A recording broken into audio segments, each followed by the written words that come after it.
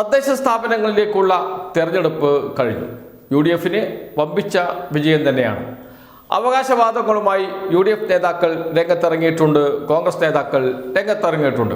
ആരൊക്കെയാണ്? പ്രധാനമായും പ്രതിപക്ഷ നേതാവ് VD സതീശൻ, അദ്ദേഹം UDFന്റെ ചെയർമാൻ കൂടിയാണ്. UDF കൺവീനർ അടൂർ പ്രകാശ്, അതിനപ്പുറം KPCC പ്രസിഡന്റ് സണ്ണി ജോസഫും രംഗത്തുണ്ട്. ഇത് ടീം UDFന്റെ വിജയമാണ്, ഇത് ടീം KPCCയുടെ വിജയമാണ് എന്നൊക്കെയാണ് നേതാക്കൾ പറയുന്നത്.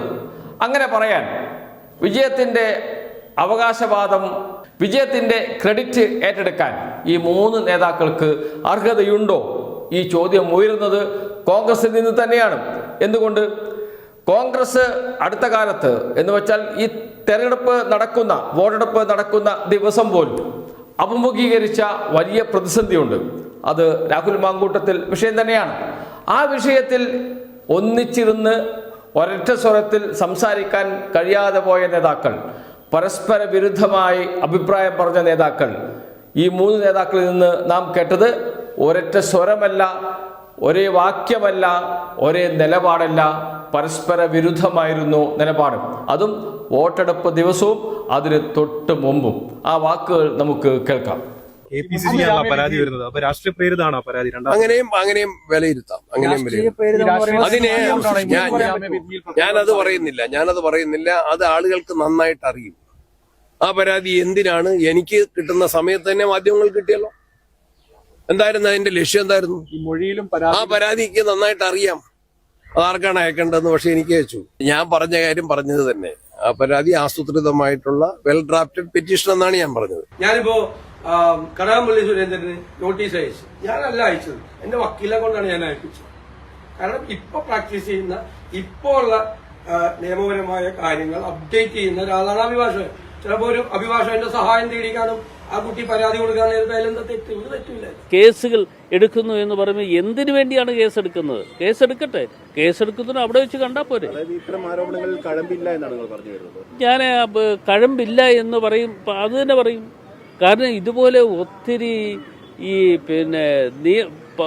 അസംബ്ലി തെരഞ്ഞെടുപ്പ് വരുന്ന അവസരത്തിൽ ഇതുപോലെ ഒരുപാട് കാര്യങ്ങൾ എന്നെ സംബന്ധിച്ചിടത്തോളം ഞാൻ കണ്ടിട്ടുള്ളതാണ്.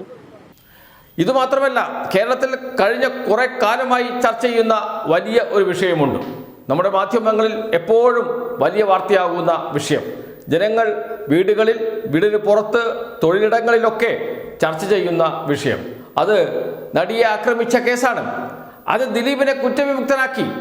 കേരള ജനത ഒന്നടങ്കം അതിൽ പ്രതിഷേധിച്ചു.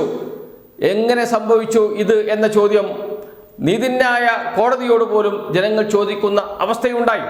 ആ ഘട്ടത്തിലാണ് ദിലീപിനെ ന്യായീകരിച്ചുകൊണ്ട് അടൂർ പ്രകാശ് വരുന്നത്. ആലോചിച്ച് നോക്കണം, തെരഞ്ഞെടുപ്പിന്റെ മൂർധന്യത്തിൽ നിൽക്കുന്ന ഘട്ടത്തിലാണ്. ആ വാക്കുകൂടി കേൾക്കാം. നടി എന്നുള്ള നിലയിൽ ആ കുട്ടിയോടൊപ്പമൊക്കെയാണ് ഞങ്ങൾ എന്ന് പറയുമ്പോഴും ഒരു നീതി എല്ലാവർക്കും കിട്ടണം.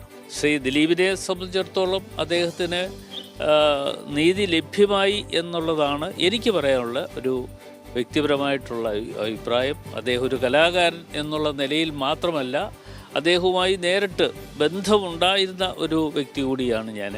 തീർച്ചയായിട്ടും ദിലീപിനെ സംബന്ധിച്ചിടത്തോളം അദ്ദേഹത്തിന് ഒരു നീതി ലഭ്യമായി. കോടതി, അത് ബഹുമാനപ്പെട്ട കോടതി തന്നെയാണ്. ഇങ്ങനെ അതിനിർണായകമായ വിഷയങ്ങളിൽ, ഉയർന്നു വരുന്ന പ്രശ്നങ്ങളിൽ ഒന്നിച്ചിരുന്ന് ഒരു നിലപാട് പറയാൻ പറ്റാത്ത കോൺഗ്രസ് നേതാക്കൾ, അതും വോട്ടെടുപ്പ് ദിവസം, വോട്ടെടുപ്പിനെ സ്വാധീനിക്കുന്ന തരത്തിൽ അഭിപ്രായം പറഞ്ഞ നേതാക്കൾ, ഇവർക്ക് ഈ വിജയത്തിൽ എന്ത് അവകാശമാണുള്ളത്?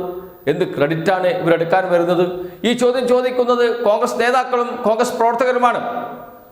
ആ ചോദ്യത്തിന് പക്ഷേ മറുപടി പറയാൻ കോൺഗ്രസ് നേതാക്കൾക്ക് കഴിയുന്നില്ല. പക്ഷെ വിജയിച്ചു. എങ്ങനെ?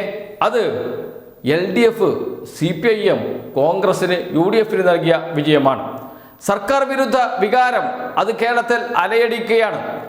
അതിൻ്റെ ഉൽപ്പന്നമാണ് UDFന് ലഭിച്ച ഈ വിജയം. അത് UDFന്റെ വിജയമല്ല, കോൺഗ്രസിന്റെ വിജയമല്ല.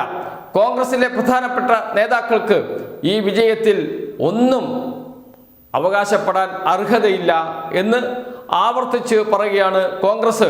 വരും ദിവസങ്ങളിൽ കോൺഗ്രസിനകത്ത് ഇത് വലിയ ചർച്ചയായി മാറുകയും ചെയ്യും. രാഹുൽ മാങ്കൂട്ട വിഷയത്തിൽ കോൺഗ്രസ് ഒരു നിലപാടെടുക്കുന്നു. അതിനെതിരെ കോൺഗ്രസ് നേതാക്കൾ തന്നെ അഭിപ്രായം പറയുന്നു. കോൺഗ്രസിൽ നിന്ന് പുറത്താക്കിയ ഒരാൾക്ക് സ്വീകരണം കൊടുക്കുന്നു എന്ന് വെച്ചാൽ കോൺഗ്രസിൻ്റെ സംഘടനാ സംവിധാനം തന്നെ തകർന്ന് തരിപ്പണമായ അവസ്ഥ. അങ്ങനെയുള്ള ഒരവസ്ഥയിൽ പോലും കോൺഗ്രസിന് UDFന് ഈ വിജയം സമ്മാനിച്ചിട്ടുണ്ട് ജനങ്ങൾ എങ്കിൽ അത് കോൺഗ്രസിൻ്റെ വിജയമാണോ? അല്ല എന്നാണ് കോൺഗ്രസ് നേതാക്കൾ തന്നെ പറയുന്നത്. കോൺഗ്രസ് നേതാക്കൾ മാത്രമല്ല, രാഷ്ട്രീയ നിരീക്ഷകരും ഇത് ആവർത്തിച്ച് ഉറപ്പിക്കുന്നുണ്ട്. മുതിർന്ന രാഷ്ട്രീയ നിരീക്ഷകനായ ജയശങ്കർ പറഞ്ഞതുപോലെ കേരളത്തിൽ സർക്കാർ വിരുദ്ധ വികാരമുണ്ട്, അതോടൊപ്പം UDF വിരുദ്ധ കോൺഗ്രസ് വിരുദ്ധ വികാരവുമുണ്ട്. ആ വികാരത്തെ മറികടക്കുന്ന തരത്തിലായിരുന്നു സർക്കാർ വിരുദ്ധ വികാരം. അതുകൊണ്ട് മാത്രമാണ് കോൺഗ്രസ് UDF രക്ഷപ്പെട്ടത്. അതിൽ ഈ നേതാക്കൾക്ക്, കോൺഗ്രസിനെ UDFനെ നയിക്കുന്ന പ്രധാനപ്പെട്ട നേതാക്കൾക്ക് ഒരു അവകാശവുമില്ല, അതിൻ്റെ ക്രെഡിറ്റ് എടുക്കാൻ ഒരു അർഹതയുമില്ല എന്നാണ് കോൺഗ്രസ് പ്രവർത്തകർ തന്നെ പറയുന്നത്. വരും ദിവസങ്ങളിൽ കോൺഗ്രസിനകത്ത് അത് വലിയ ചർച്ചയാകും എന്ന കാര്യത്തിൽ സംശയമില്ല.